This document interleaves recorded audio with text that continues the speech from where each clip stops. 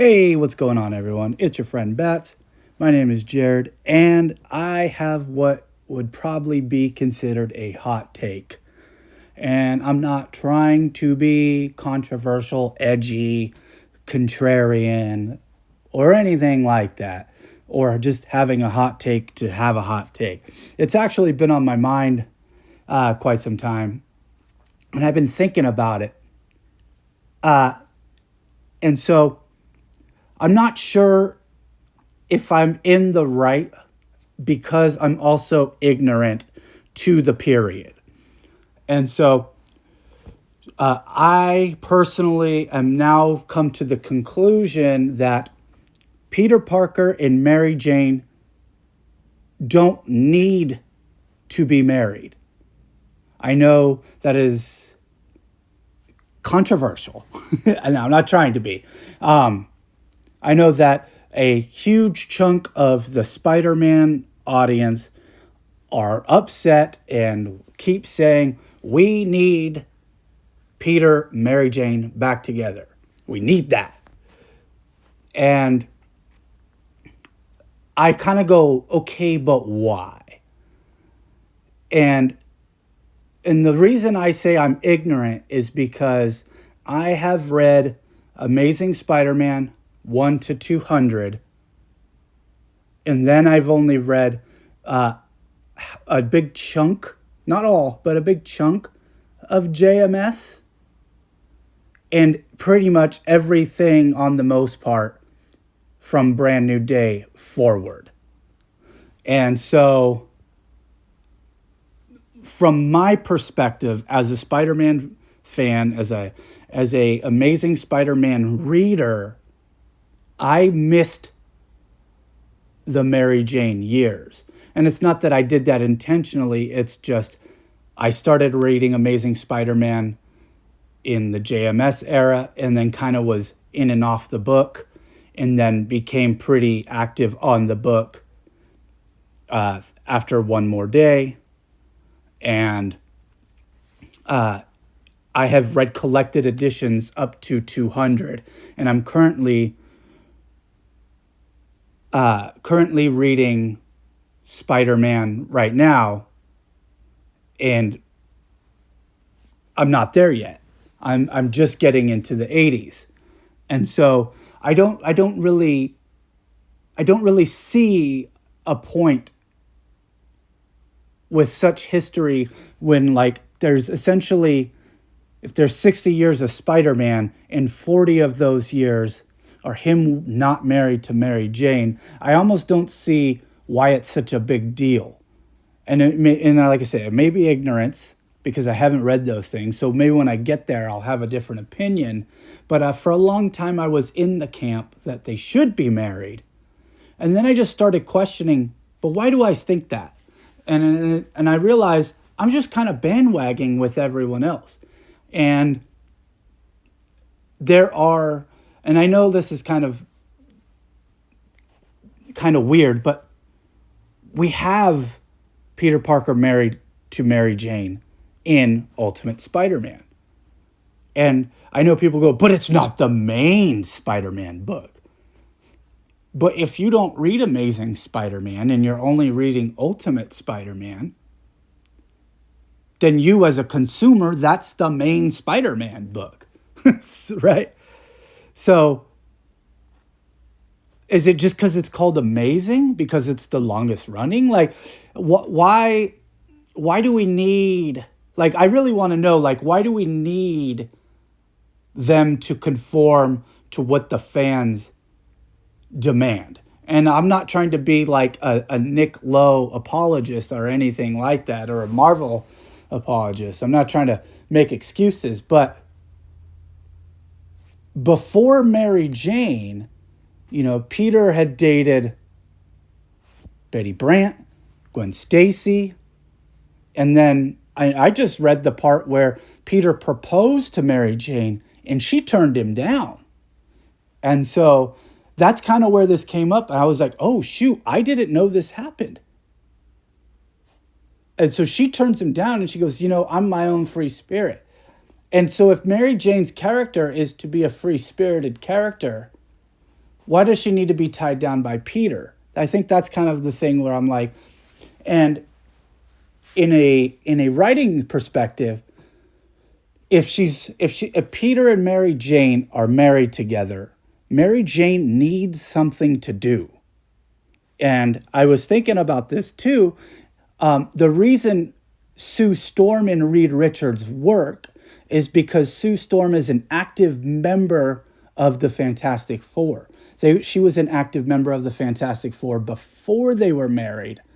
Granted, they were dating, but she was a member of the Fantastic Four from the jump. Lois Lane and Superman, why their marriage works is because Superman's personal life starts with him being Clark Kent and meeting Lois Lane, and then they later got married, and their lives are intertwined with their jobs together. So essentially, Superman and Lois and Reed and Sue, they share a similar occupation together, where Mary Jane and Peter are not sharing a same occupation.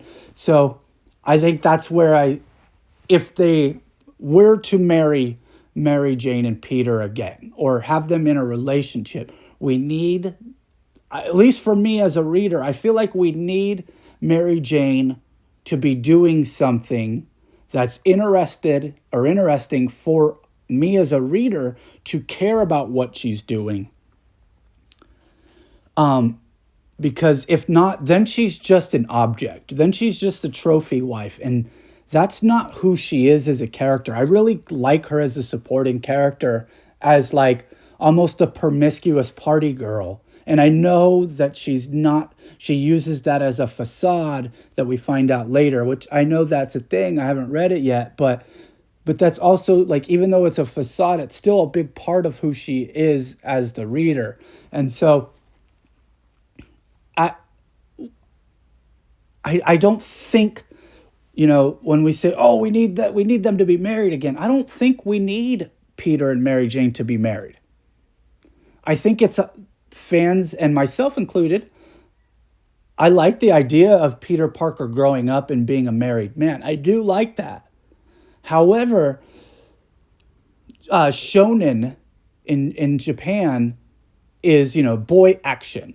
And if we were to compare the genre, what is shonen in Western comics, it's essentially superhero comics. So it kind of makes sense that the boy action works. And one of the foundations of shonen is youth, that young readers can identify with the youth. And so it makes sense that like Peter isn't married. And I know it's controversial, but like it makes sense that like Amazing Spider-Man, this young man, he's an ever growing person. And I know that it's kind of silly now because he's stuck in this state of Arrested Development. And I think the people who are the most upset about this are longtime readers versus the average comic book reader, where people who listen to stuff on YouTube are probably the longtime comic book readers, myself included. But the average comic book reader reads for 5 to 10 years tops on average. And so they kind of come and go. So someone's period in comics is a short period of time, where, say, maybe you and I, who make YouTube videos and watch each other's channels, have been here a very long time. And so, and not just we don't just stay in our period, we kind of jump around. Like, I'm reading Silver Age Fantastic Four right now. And there's this thing where we as longtime readers want it, but, Peter hasn't been married since 2005? It's 2007, something like that. Like, people have been born and out of high school at this point in the time that they haven't been married. And some of those kids may have started reading Spider-Man in the Dan Slott era and fell off in the Nick Spencer era. And that's okay. And they had fun reading Spider-Man. They like Spider-Man. They met girls, and now they don't care about Spider-Man. Maybe they'll come back in 10 years. That kind of happens, right? People rediscover comics in college. I've noticed that. And so I like the idea of Peter being a married man, but I don't feel like it's a necessity for him to be that as a character, or Mary Jane, that Mary Jane's just Peter's wife. I think it's kind of funny, and I know a lot of people are very upset about Mary Jane things, right? Where she's Jackpot and now she's Venom. I haven't read it, so I'm ignorant on it. So I understand in a point of the Spider-Man comics that I haven't read, that Mary Jane is extremely afraid of Venom. I get it. But now in modern Venom comics, Mary Jane is the host of Venom. In some silly way, I think that's awesome. I know it's stupid, but that's why I like it. I think it's fun.